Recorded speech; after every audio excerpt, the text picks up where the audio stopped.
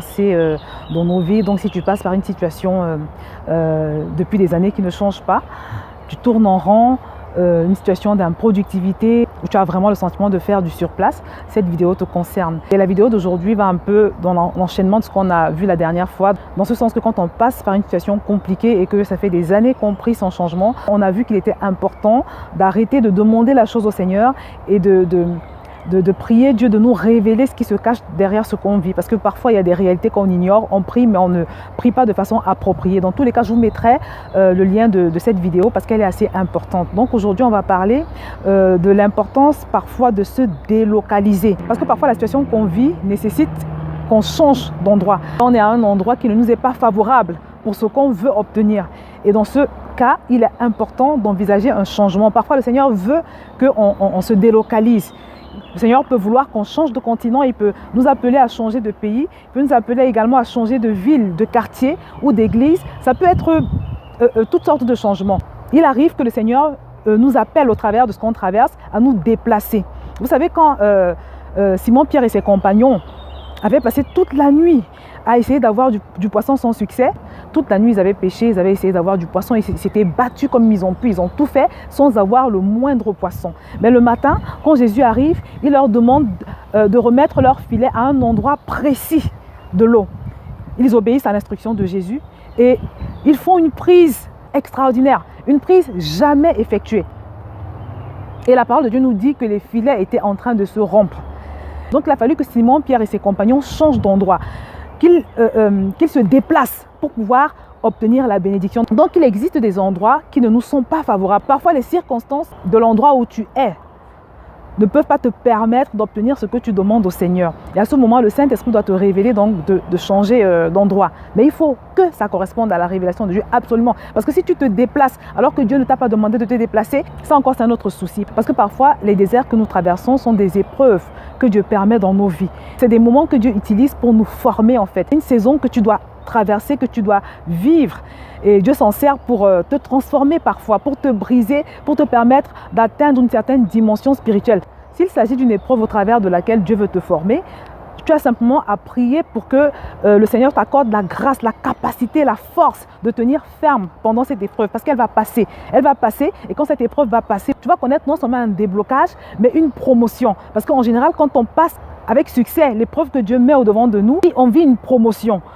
Dieu restaure les années que la sauterelle a dévorées. Donc l'homme ou la personne qui est dans ce cas n'a pas à se déplacer. J'ai connu une dame qui était fonctionnaire. À un moment donné, elle décide de faire des affaires, de se lancer dans un business en particulier.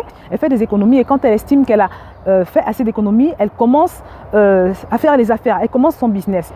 Et au début, son entreprise marchait très bien. Elle avait beaucoup de clients, elle avait beaucoup de rentrées financières. Ça se passait très bien. Mais à un moment donné, tout a changé. Elle a d'abord commencé par perdre des marchandises et c'est arrivé plusieurs fois. Et puis, il y a eu d'autres choses encore pour couper court. Elle s'est retrouvée dans une situation désastreuse avec des dettes. Je me souviens que c'était tellement grave qu'elle avait attrapé une grosse dépression. Elle avait des envies de suicide parce qu'elle vivait le harcèlement de ses créanciers. Parce que vous savez que quand c'est comme ça, le réflexe souvent c'est de s'endetter pour essayer de faire repartir l'affaire. Et si ça ne repart pas, ça complique encore davantage la situation.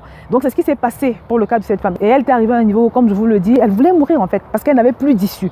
Elle n'arrivait même plus à manger, à nourrir ses enfants, sa famille. Et puis surtout, il y avait ce harcèlement des créanciers. Et à un moment donné, elle donne sa vie au Seigneur Jésus, elle rencontre le Seigneur Jésus. Et quelques temps après, elle reçoit une forte conviction d'aller s'installer dans un autre pays. Donc, avec l'aide de certains proches qui lui avaient financé son billet d'avion, elle se rend donc dans ce pays.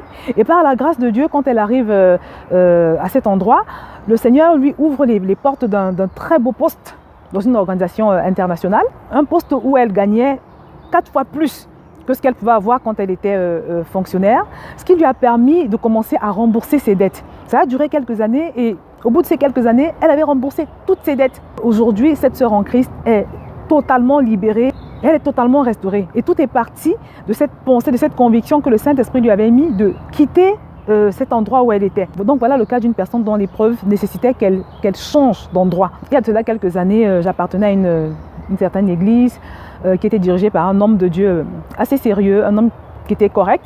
que nous avions adopté, ma famille et moi, mon époux, mes enfants et moi, tout se passait plus ou moins bien. Mais à un moment donné, cet homme de Dieu a dû quitter ce monde. Dieu l'a rappelé à lui, mais de façon vraiment assez brutale. Et suite à cela, il y a eu des circonstances dans cette église qui nous ont obligés à partir en fait.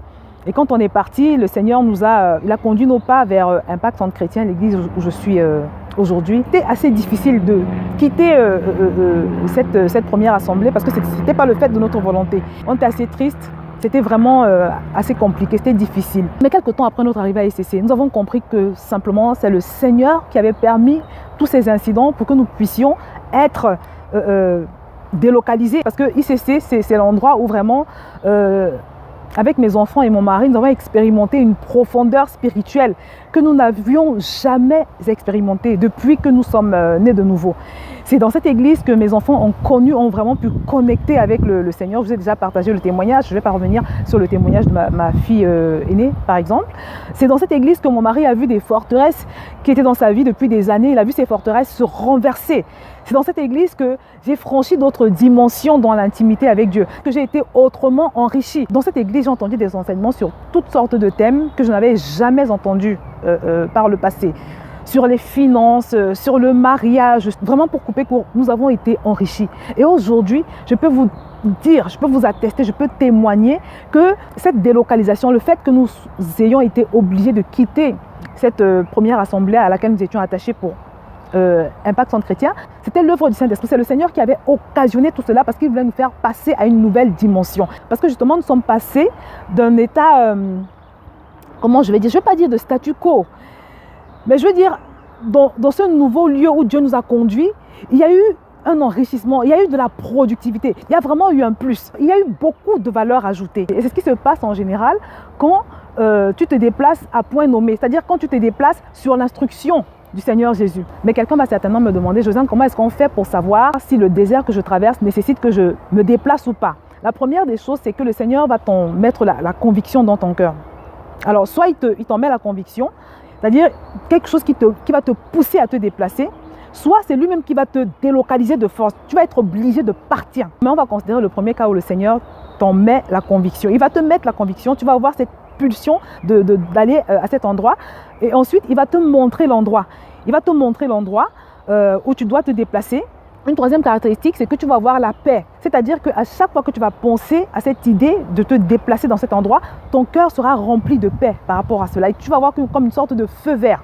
Tu vas sentir que le Saint-Esprit t'autorise, est favorable à ce que tu ailles à cet endroit. Et surtout, quand tu vas aller à cet endroit, tu vas expérimenter une meilleure productivité. Tu vas expérimenter un rafraîchissement. Tu vas expérimenter quelque chose de nouveau. Tu vas expérimenter le remplacement des années que la sauterelle aura dévorées pendant ton temps d'épreuve.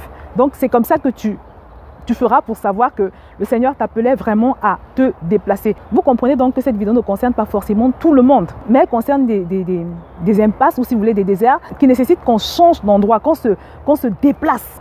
Donc mon frère, ma soeur, dans tous les cas, je prie vraiment que le Seigneur te conduise, qu'il t'inspire, qu'il te dirige. Si le désert que tu traverses est une épreuve, je prie que le Seigneur te remplisse de force, qu'il t'accorde la capacité de passer cette épreuve avec succès. Si ce que tu traverses est dû à une chose, un changement que tu dois opérer dans ta façon de vivre par rapport au choix que tu as fait ou bien un péché auquel tu dois renoncer, je prie également que le Seigneur t'accorde la grâce de le comprendre et surtout de pouvoir renoncer à ce à quoi tu dois renoncer. Et également, si c'est le cas que nous évoquons aujourd'hui, qui nécessite que tu te déplaces, ma prière c'est que le Saint-Esprit puisse également te le révéler afin que tu te déplaces à bon escient. Mon souhait dans tous les cas, c'est que dans cette situation que tu traverses, que tu puisses réagir comme Dieu veut que tu le fasses. Parce que la véritable liberté, ce n'est pas d'avoir ce qu'on veut, d'être là où on veut être, de fonctionner comme on veut fonctionner. Mais la vraie liberté, c'est de faire ce que Dieu veut qu'on fasse. C'est d'être là où Dieu veut qu'on soit et de réagir à la façon